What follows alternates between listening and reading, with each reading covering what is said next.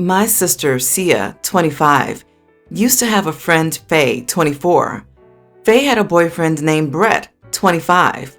Brett cheated on Faye with Sia, then left her for Sia. Faye was devastated, and it really tore their friend group apart. Faye transferred to an out-of-state college and has not been back since, from what I know. This was about 4 years ago. Now Sia and Brett are recently married, about 2 months, and that's where the issue comes in. Sia figured out how to get a hold of Faye and decided to invite her to the wedding. She said that she and Brett both missed Faye, as they had all been part of the same friend group through high school. She felt like this was her last chance to try and bring Faye back into her life. I, 19 female, told her from the get-go that I thought that was a bad idea and she should just leave Faye alone. She sent the invitation anyways, but got no response. It's relevant to mention that Sia and Brett could only afford a pretty modest wedding, so they held it on his parents' property. It was catered by a very basic, cheap local restaurant. Everything else was done by family and friends. The dress code was casual, which was mentioned on the invite, as Sia couldn't afford a very nice wedding gown. Shortly after the ceremony started, Faye walked in and quietly took a seat. To be frank, she looked amazing. She was in a lovely dress. It was a darker color and didn't look like a wedding dress, but was of noticeably better quality than Sia's dress. She's super tatted now.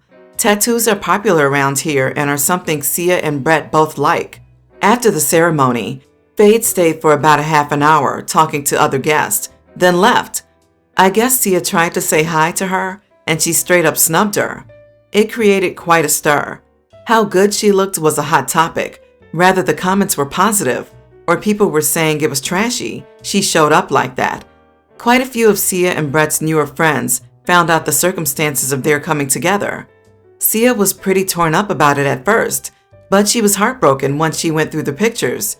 Faye made it into a few, and because she was dressed so much nicer than everyone else, she really stood out. There's a picture of Sia and Brett where they look really nice together, but Faye is in the background. Sia says it would be her favorite picture. She's brought Faye up every time I've seen her since. Sia came over for a visit this weekend and started talking about Faye again. What a witch she was. Why couldn't she just not come? Who needs to ruin someone's wedding? It got to me, so I asked, what did you expect? You slept with her boyfriend before he decided to leave her for you. You haven't spoken in years, and out of nowhere you sent her a wedding invite? Who could pass up that opportunity for petty revenge? I don't think Sia's goal was to rub anything in Faye's face. From what I mentioned, Sia basically just never talked to Faye again after everything went down. I think this was a weird, convoluted attempt for Sia to ease some guilt. I think she felt that Faye just wouldn't respond, so she would be able to feel like she extended an olive branch and was ignored, therefore having done everything she could. It made Sia cry and she ended up leaving shortly after. Am I the idiot? Not the idiot, because you warned her ahead of time it was a bad idea. And honestly, who invites their boyfriend's ex, who he cheated on and left for you, to their wedding? If Sia wanted to reconcile with Faye, she should have chosen literally any other way to reach out. I'm sure Faye thought Sia was being petty by sending the invite and decided to respond in kind. Besides, she, Faye, could have behaved much worse if she wanted to. I agree. What did Faye do? Go to a wedding she was invited to and showed by default that she's living her best life? How is anything wrong with that? And after being polite and talking with old friends, she did not cause a scene, just quietly slipped away. Way to take the high road, Faye. The sister is peeved at that. The sister played a stupid game with the invite and is jealous at the classy response of someone who she's terribly wronged. What did she expect? She should be grateful that Faye did not make a scene, as there would be many there who would think that was justified. You are not the idiot, OP. I don't know what else you could have said. She's an idiot. I don't know what else she possibly could have expected. I'm Team Faye all the way. She is apparently embodying the phrase, the best revenge is to live well. I am 34-year-old male, and my wife is 26. We have a beautiful little daughter, and earlier this year, we were blessed with another pregnancy. Unfortunately, there were complications in the pregnancy, and we lost the baby. However, my wife handled it with more grace, love, and compassion than I ever thought possible. She was so focused on comforting our daughter, who was heartbroken. We had already found out the gender of the baby, and although she didn't understand everything, she still understood that she was going to have a younger sister, that I don't think my wife fully processed the loss herself. Her parents live in a different country. I've met them a handful of times, but my wife isn't very close to her family. She left home very young and only sees them every once in a while. She always told me her mom was cruel as a child, and her father had been a negligent alcoholic. She told her parents about the pregnancy, but not about the loss. A few weeks ago, she got a phone call from her mother that they were coming to the country to stay with my wife's older sister for a few weeks, and they wanted to come visit us. When my in-laws arrived at our house, I was not home, I was at work, but my wife, who had taken a few days off for their visit, spent the entire day with them. They were supposed to stay over at our house for 2 days, but they weren't there by the time I arrived home. When I went in and asked my wife what happened, she wouldn't talk about it until our daughter went to sleep. Once she did, my wife burst into tears and told me that when her mother had found out about the loss, she scolded her, asking her what she had done wrong, insisting that she hadn't taken care of herself or the baby right. She went as far as to say my wife must not have been being a good mother to our daughter, so she had the baby taken from her.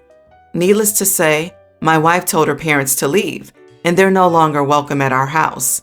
However, after this incident, I've noticed my wife has become very withdrawn and much quieter. I am worried that she's focusing on what her mother said and believes it. I have encouraged her to go to therapy, but due to a very bad experience with a therapist, not licensed, not a real therapist, when she was young, she's reluctant to seek help. I am trying my best to meet her needs and help her heal, but I'm worried that since I'm not a professional, I don't know how best to help her. I want to make her feel better the way she makes everyone else feel better, and I feel guilty that I cannot. I don't know if the quiet and withdrawn is so much about believing her mother, so much as losing her parents to being bad people so soon after losing your second child. Just be there for her, continue to support her, and make it clear that you think her parents were ridiculous. I completely agree with your guess, because my parents were the same way, always negative, everything is always my fault, nothing is ever good enough to them. So when the last bad encounter happened, I was more in disbelief and distraught that my parents were so bad to me than the twist they said to me, which I know is not true. Give her as much support as possible. Ask her what she needs from you if she's willing to share. Try to sit down with her, debunk the things her mother told her, and really push for the therapy. Because this stems from trauma, it sounds like her mother was awful to her as a child, and she went low contact with them. And now I believe she needs to go no contact with them. No loving mother would tell their grieving daughter that it's her fault her daughter's baby died. Only a monster would do that. Background. When I was in school, I was a terrible student. I had teachers who genuinely believed I was illiterate, and I constantly acted out, not paying attention. I had no idea why I couldn't do anything well, so I fell in with the crowd that just didn't care.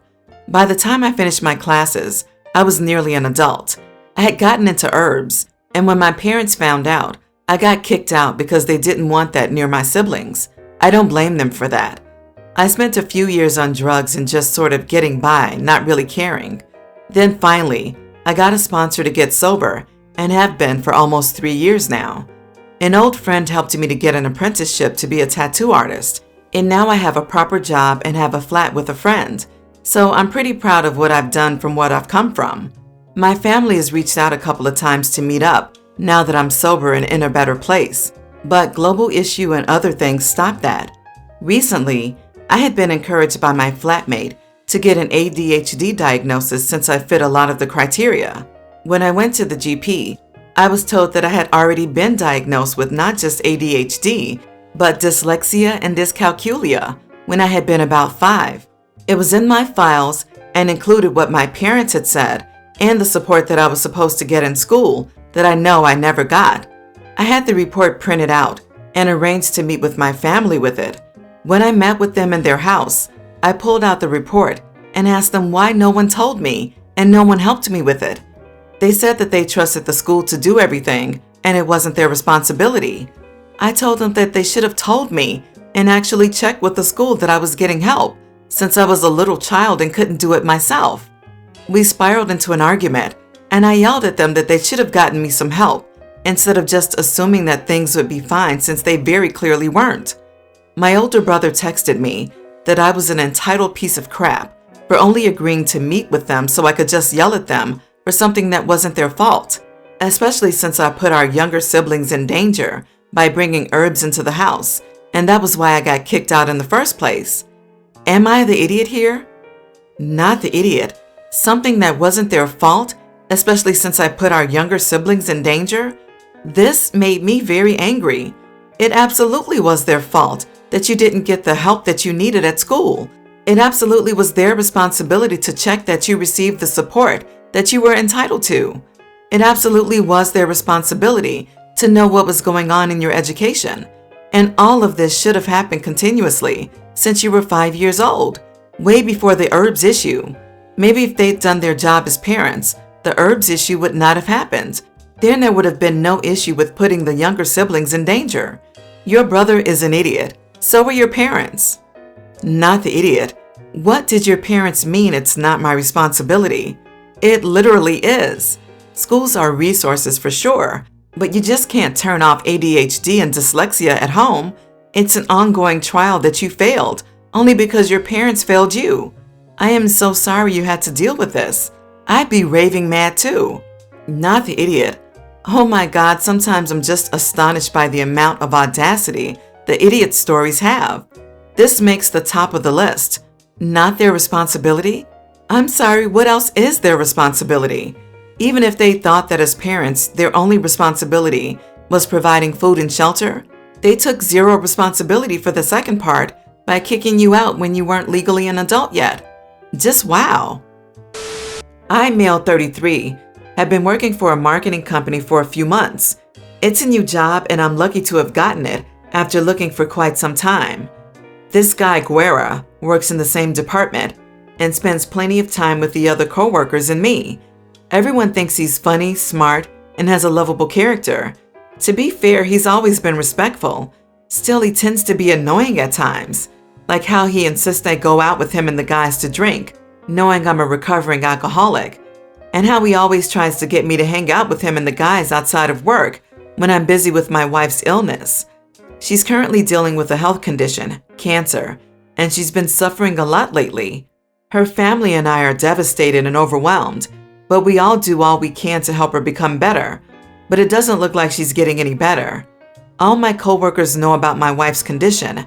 However, Guerra is still constantly nagging me, guilting me, and accusing me of being too uptight whenever I turn down an invite from him. I talked to him about it and told him how his behavior makes me feel, and he apologized and wished me luck in dealing with my problems. My birthday was last week. Guerra pulled me aside at work and told me he was thinking of throwing a party for me in the department at 6. I politely apologized and said I already had plans to celebrate with my wife, as it might be my last birthday with her. I hope not, I really hope not, but life is unpredictable, and I think since it's my birthday, I get to decide how and with whom I spend it. He said it was fine and he understood. On my birthday, I went to work and got busy getting stuff done till 6 o'clock came.